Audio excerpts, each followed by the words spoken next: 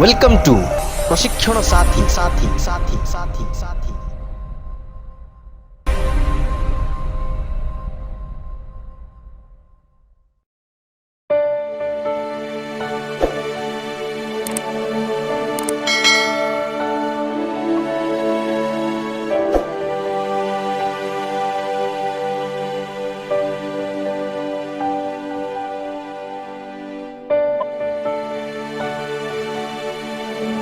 ଯୀଶୁଙ୍କ ମଧୁର ନାମରେ ସମସ୍ତଙ୍କୁ ନମସ୍କାର। ପ୍ରଭୁ ଆମମାନଙ୍କୁ ସୁନ୍ଦର ସମୟ ଦେଲେ, ସୁନ୍ଦର ଅବକାଶ ଦେଲେ ତାଙ୍କ ଚରଣ ତଳେ ବସି ପୁଣି ଥରେ ତାଙ୍କ ଜୀବିତ ବାକ୍ୟରୁ ଶିଖିବା ନିମନ୍ତେ। ତେଣୁ ପ୍ରଭୁଙ୍କୁ ହୃଦୟର ସହିତ ଆମେ ସ୍ତୁତି ପ୍ରଶଂସା କରିବା, ତତ୍ ସହିତ ପ୍ରଭୁଙ୍କର ମହିମା କୀର୍ତ୍ତନ କରିବା। ପବିତ୍ର ଆତ୍ମା ଆଜି ମଧ୍ୟ ଆମ ସହିତ ଥିବେ, ଆମ ସହିତ ରହି ତାଙ୍କର ଶିକ୍ଷା ମଧ୍ୟକୁ କଢ଼ାଇ ନେବେ। ସେଥିପାଇଁ ତାଙ୍କ ଚରଣ ତଳେ ଆପଣ ଜୀବନକୁ ସମର୍ପଣ କରିବା। ଆଉ ଏଥିପୂର୍ବରୁ ମୁଁ ଆପଣମାନଙ୍କୁ ମନେ ପକାଇବା ପାଇଁ ଚାହେଁ, ଆମେ ହିତଜନକ ଶିକ୍ଷା ବା ସାଉଣ୍ଡ ଡକ୍ଟ୍ରିନ୍ ଶିକ୍ଷା ଆସୁଛୁ। ଆଉ ଆଜି ଆମେ ଏହାର 9ମ ଅଧ୍ୟାୟ ଶିଖିବା। ଆଉ ଏଥିରେ ଆମେ ବିଶେଷତଃ do not ignore reconciliation with men ଏହି ସମ୍ବନ୍ଧରେ ଶିଖିବା। ଅର୍ଥାତ୍ ଲୋକମାନଙ୍କ ସହିତ ସମ୍ପର୍କର ପୁନର୍ସ୍ଥାପନ କରିବାକୁ ଉପେକ୍ଷା କରନ୍ତୁ ନାହିଁ। ପୁଣି ଥରେ କହୁଛି, ଲୋକମାନଙ୍କ ସହିତ ସମ୍ପର୍କର ପୁନର୍ସ୍ଥାପନ କରିବାକୁ ଉପେକ୍ଷା କରନ୍ତୁ ନାହିଁ। ଏ ବିଷୟରେ ଆଜି ଆମେ ଦୃଷ୍ଟିପାତ କରିବା ଆଉ ପ୍ରଭୁଙ୍କ ବାକ୍ୟ ଆଧାରିତ ଶିକ୍ଷା ଆମେ ଶିଖିବା।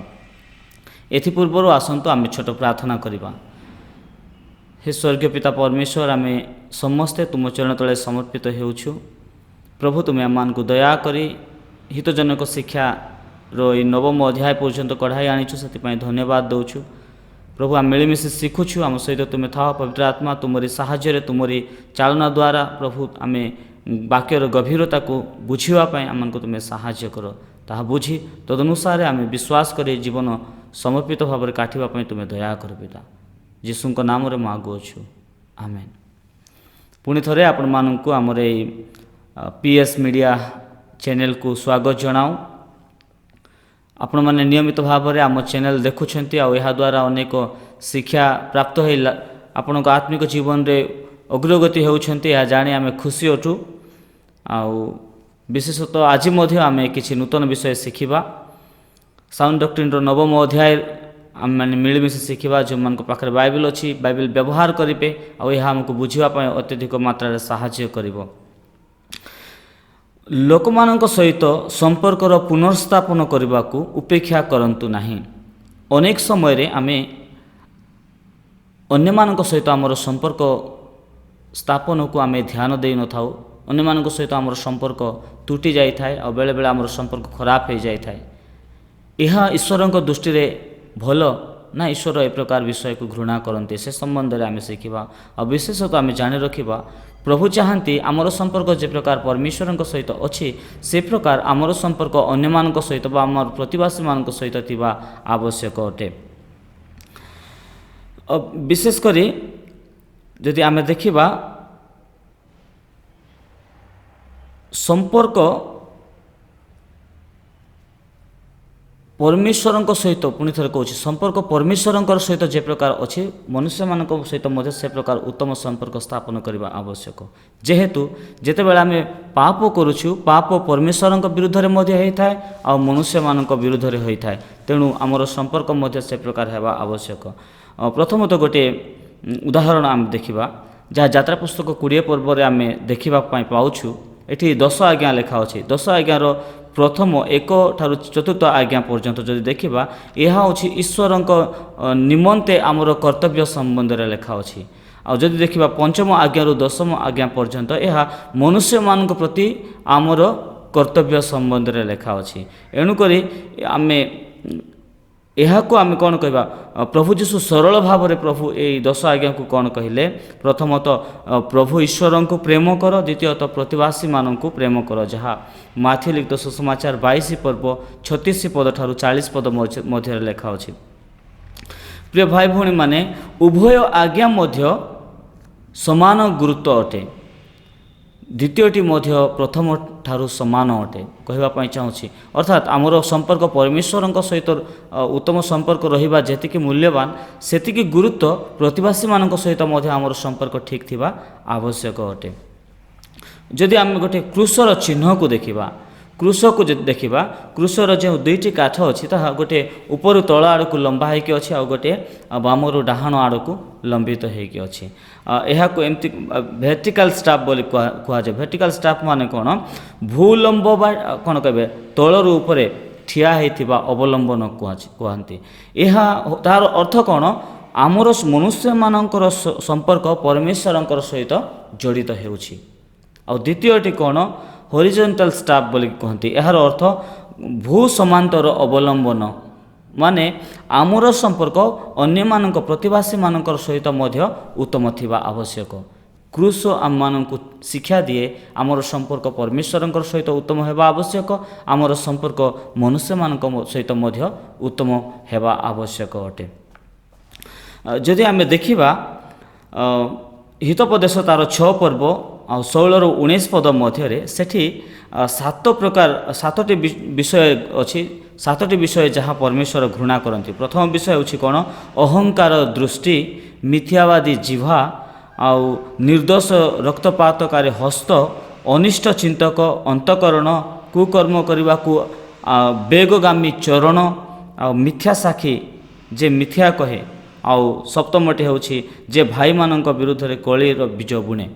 ଏସବୁ ସପ୍ତମ ବିଷୟକୁ ଯାହା ପରମେଶ୍ୱର ଘୃଣା କରନ୍ତି, ଏସବୁ ବିଷୟକୁ ଯଦି ଆମେ ନିରୀକ୍ଷଣ କରିବା ଆମକୁ ଶିକ୍ଷା ମିଳୁଛି ଯେ ଏହା ମନୁଷ୍ୟମାନଙ୍କ ସହିତ ଅର୍ଥାତ୍ ପ୍ରତିବାସୀମାନଙ୍କ ସହିତ ଆମର ସମ୍ପର୍କ ସମ୍ବନ୍ଧରେ ଲେଖା ଅଛି।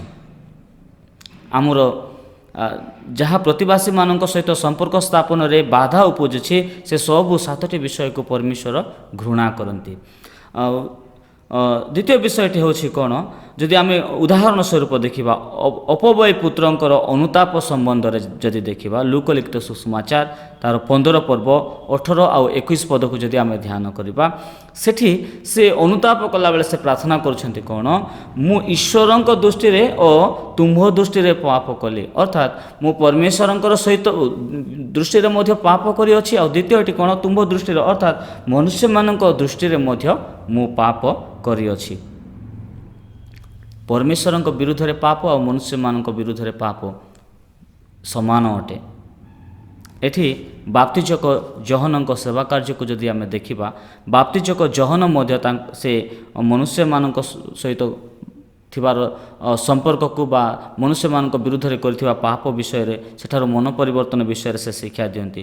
ଲୁକଲିଖିତ ସୁସମାଚାର ତାର 1 ପର୍ବ 16 ପଦକୁ ଯଦି ଆମେ ଦେଖିବା, ସେଠି ଈଶ୍ୱରଙ୍କ ନିକଟରେ ହୃଦୟ ଫେରାଇବା ପାଇଁ, ଆଉ 17 ପଦରେ କ'ଣ କହିବେ, ପିତାମାନଙ୍କ ସହ ପୁତ୍ରମାନଙ୍କର ସମ୍ପର୍କ ବିଷୟରେ ସେ ଏଠି ବର୍ଣ୍ଣନା କରୁଅଛନ୍ତି। ଅର୍ଥାତ୍ ଆମେ ଏଥିରୁ ଜାଣିପାରୁଛୁ ଆମର ସମ୍ପର୍କ ପରମେଶ୍ୱରଙ୍କ ସହିତ ଯେତିକି ଉତ୍ତମ ସମ୍ପର୍କ ରହିବା ଆବଶ୍ୟକ, ଠିକ୍ ସେତିକି ପରିମାଣରେ ଆମର ସମ୍ପର୍କ ଆମର ପ୍ରତିବାସୀ, ଆମର ଭାଇ ଭଉଣୀମାନଙ୍କ ସହିତ, ଆମର ନିକଟତର ଲୋକମାନଙ୍କ ସହିତ ମଧ୍ୟ, ଯେଉଁମାନଙ୍କଠାରେ ଆମେ ବାସ କରୁଛୁ, ଯେଉଁ ସମାଜରେ ଆମେ ରହୁଛୁ, ସେମାନଙ୍କ ସହିତ ମଧ୍ୟ ଆମର ସମ୍ପର୍କ ଘନିଷ୍ଠ ହେବା ଆବଶ୍ୟକ, ଆଉ ସେମାନଙ୍କ ବିରୁଦ୍ଧରେ ମଧ୍ୟ ଆମେ ପାପ ନ କରିବା ଆବଶ୍ୟକ ଅଟେ। ଆଜି ଆମେ ଦ୍ୱିତୀୟ ବିଷୟ ଶିଖିବା। ମନ ପରିବର୍ତ୍ତନର 2ଟି ପାର୍ଶ୍ୱ ଅଛି, ମନେ ରଖନ୍ତୁ।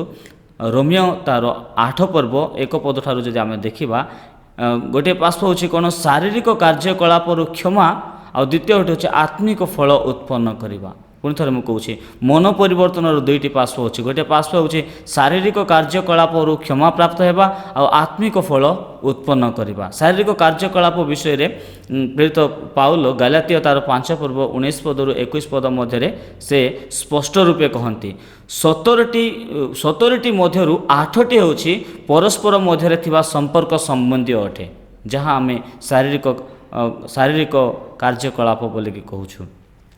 ଆତ୍ମିକ ଫଳକୁ ଯଦି ଦେଖିବା, ଗାଲାତୀୟ ତାର 5 ପର୍ବ 22 ପଦ ଆଉ 23 ପଦରେ ଲେଖା ଅଛି,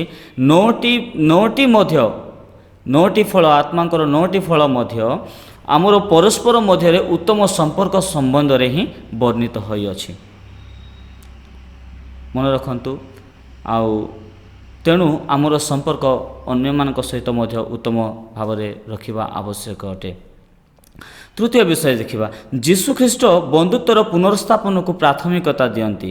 से तांकर शिक्षा मध्य अन्य सहित आमर संपर्क भल रखापी संपर्क को सजाड़ा से तांको शिक्षा मध्य प्राथमिकता देते प्राधान्यता देते। माथ्यू लिखित सुसमाचार तार 5 पर्व 22 पदरु आ 23 पद को जदि देखा एठी कौन कहे परित्राण निमंते यह शर्त नुहे किंतु कौन कह परित्राण प्राप्त होइथिबार एक चिन्ह स्वरूप से कहते।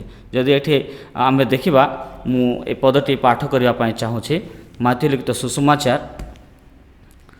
लिखित सुसमाचार तार 5 पर्व आउ 22 आउ 23 पद ए प्रकार लेखा अछि। किंतु मु तुममानंकु कहूअछि जे केही आपणा भाई उपर क्रोध करे से विचार स्थान रे दंडनीय हेबो। पुणी जे केही आपणा भाई की मूर्ख बोली कहे से महासभा दंडित हेबो। आउ जे केही पाषांड बोली कहे से अग्निमय नरक रे दंडनीय हेबो। आउ 23 पदरे ए प्रकार लेखा अछि।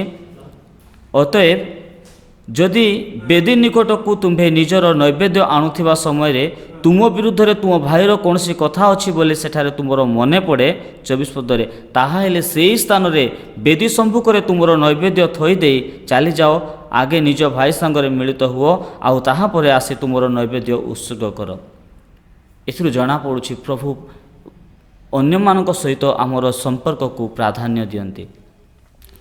प्रथम जहन तार 3 पर्व 14 पदरे आमे देखुछु से लेखा अछि आम्भे माने जानू जे आम्भे माने मृत्यु को अतिक्रम करे जीवन रे प्रवेश करिअछु जेणु आम्भे माने भाई मानू प्रेम करुअछु जे प्रेम करे ना से मृत्युर अधीन रे थाए। आमे मृत्यु को अतिक्रम जदि करिछु आमे भाई मानक मध्य प्रेम करबा आवश्यक अटे। लूका लिखित सुसमाचार तार 19 पर्वर तार 8 पदरे लेखा अछि अन्य मानक ठारू अन्याय रे नैथिबा विषय को फेराई देवा। आ यार अर्थ होछि कोन संपर्कर पुनर्स्थापन विषय रे लेखा अछि। अर्थात जो मानक विरुद्ध रे किछि भूल करिसंती सेमानकु क्षमा मागंतु अन्याय भाव रे किछि हरण करि नैथिले सेमानकु फेरस्त करंतु जे प्रकार जखिय करथिले।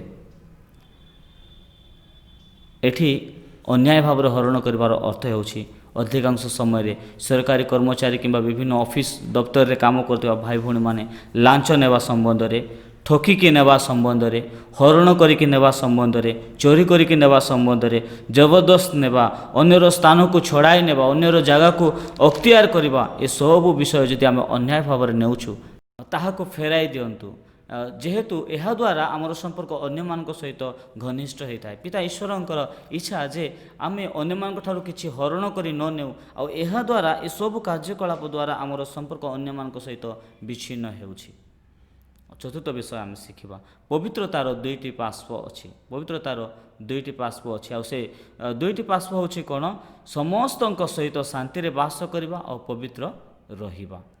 एवरी पुस्तक तार 12 पर्व 14 पद उदाहरण जदि आम देखा प्रेरित पुस्तक 24 पर्व आ 16 पदरे लेखा अच्छी सर्वदा ईश्वरंक और मनुष्यर प्रति निर्दोष विवेक रक्षा करने को जत्न करिथाओ। पुणी थे पढ़ुछि सर्वदा ईश्वरंक और मनुष्य प्रति निर्दोष विवेक रक्षा करने को जत्न करुथाओ। प्रिय भाई भौणी माने आमे ईश्वरंक सहित मध्य और मनुष्य मानक सहित मध्य आमे उत्तम संपर्क रक्षा करबा आवश्यक अटे। पंचम विषय संपर्कर पुनर्स्थापन निमंते एक तालिका प्रस्तुत करंतु। पुणी थे मु अतीत आपण मानक कही गत अध्याय मानकरे पाप क्षमा पाइबा पई पाप गुड़िकर तालिका करंतु। मु आज एक नूतन विषय कहूछि जे आपण माने अन्य मानक सहित संपर्क स्थापन करबा पई एक तालिका प्रस्तुत करंतु। केउ मानक सहित आपण मानकर संपर्क छिन्न हो जाइछि आपण माने सेमानक सहित आपणकर संपर्क स्थापन करबा पई तालिका करंतु और तदनुसार आपण माने नीतिदिन संपर्क को बढ़ाई नियंतु। रोमियो पुस्तक तार 12 पर्व 18 पदर लेखा अच्छी तुमर जेते पर्यंत साध्य समस्त लोकंक सहित शांति रे रुह। के जन हुए तो कह आज्ञा संभव नुहे भाई ए प्रकार संभव नुहे आमे से सहित मिसवाई चाहिए अन्य माने आम सहित संपर्क रखुना से आम ठारू दूरता रखुंट से आज आम विरुद्ध रे कार्य करुछंती। शत्रु आपण मानक सहित मिसवाई इच्छा न कले ଆପଣ ଯେ ପ୍ରଭୁଙ୍କର ଜଣେ ଉତ୍ତମ ଶିଷ୍ୟ, ଆପଣ ଯେ ପ୍ରଭୁଙ୍କର ଜଣେ ଉତ୍ତମ ପୁଅ ଆଉ ଝିଅ ସନ୍ତାନ ସନ୍ତତି, ଆଉ ସେଥି ନିମନ୍ତେ ସେମାନଙ୍କ ପ୍ରତି ମଙ୍ଗଳ କରିକି ଚାଲ। 19 ରୋମିଓ ତାର 12:19ରୁ 21 ପଦ ମଧ୍ୟରେ ଲେଖା ଅଛି, କୁକ୍ରିୟାରେ ପରାଜିତ ନ ହୋଇ ସୁକ୍ରିୟାରେ କୁକ୍ରିୟାକୁ ପରାଜୟ କର। ପୁଣି ଥରେ ମୁଁ ପଢ଼ୁଛି, କୁକ୍ରିୟାରେ ପରାଜିତ ନ ହୋଇ ସୁକ୍ରିୟାରେ କୁକ୍ରିୟାକୁ ପରାଜୟ କର। ଏହାଦ୍ୱାରା ଆମର ସମ୍ପର୍କ ସେମାନଙ୍କ ସହିତ ଘନିଷ୍ଠ ହେବ। ସେମାନେ ଗ୍ରହଣ ନ କଲେ ମଧ୍ୟ ଆମେ ସେମାନଙ୍କ ପ୍ରତି ମଙ୍ଗଳ କରି ଚାଲିବା। ଆଉ ପ୍ରଭୁ ଆମକୁ ଏ କାର୍ଯ୍ୟକୁ ଦେଖି ପ୍ରଭୁ ଆମମାନଙ୍କୁ ଆଶୀର୍ବାଦ କରିବେ। ପ୍ରଭୁ ଏ ବାକ୍ୟ ମଧ୍ୟ ଦେଇ ଆମ ପ୍ରତ୍ୟେକଙ୍କୁ ଆଶୀର୍ବାଦ କରନ୍ତୁ। ଆମେନ୍। ପ୍ରାର୍ଥନା କରିବା। ସ୍ୱର୍ଗସ୍ଥ ପରମେଶ୍ୱର, ଧନ୍ୟବାଦ ଦେଉଛୁ ଆଜିର ଏ ଶିକ୍ଷା ପାଇଁ। ପ୍ରଭୁ ଆମେ ଆମର ସମ୍ପର୍କ ତୁମ ସହିତ ଯେ ପ୍ରକାର ଅଛି, ଅନ୍ୟମାନଙ୍କ ସହିତ ମଧ୍ୟ ସେ ପ୍ରକାର ଉତ୍ତମ ସମ୍ପର୍କ ରହିବା ସମ୍ବନ୍ଧରେ ଆମେ ଶିଖିଛୁ। ପ୍ରଭୁ ଆମର ଅନେକ ଲୋକ ସହିତ ସମ୍ପର୍କ ତୁଟି ଯାଇଛି, ଅନେକ ଦିନ ହେଲା ସେମାନଙ୍କ ସହିତ କଥାବାର୍ତ୍ତା ମଧ୍ୟ କରୁନାହୁଁ। ଏ ପ୍ରକାର ଆମମାନଙ୍କୁ କ୍ଷମା କରି ସେମାନଙ୍କ ସହିତ ସମ୍ପର୍କ ସ୍ଥାପନ କରିବା ପାଇଁ ପ୍ରଭୁ ତୁମେ ଆମମାନଙ୍କୁ ଯେଉଁ ଶିକ୍ଷା ଦେଇଛ, ଯେଉଁ ଚେତନା ଦେଇଛ, ଆମର ସମ୍ପର୍କକୁ ଘନିଷ୍ଠ କରିବା ପାଇଁ ପ୍ରଭୁ ତୁମେ ଆମକୁ ଦୟା କର, ଆମମାନଙ୍କୁ ସାହାଯ୍ୟ କର। ଆଜି ହିଁ ଆମେ ତାଲିକା ପ୍ରସ୍ତୁତ କରି ଆମର ସମ୍ପର୍କକୁ ଅନ୍ୟମାନଙ୍କ ସହିତ ବଢ଼ାଇବା ପାଇଁ ତୁମେ ଦୟା କର। ଯୀଶୁଙ୍କ ନାମରେ ମାଗୁଅଛୁ ପିତା, ଆମେନ୍।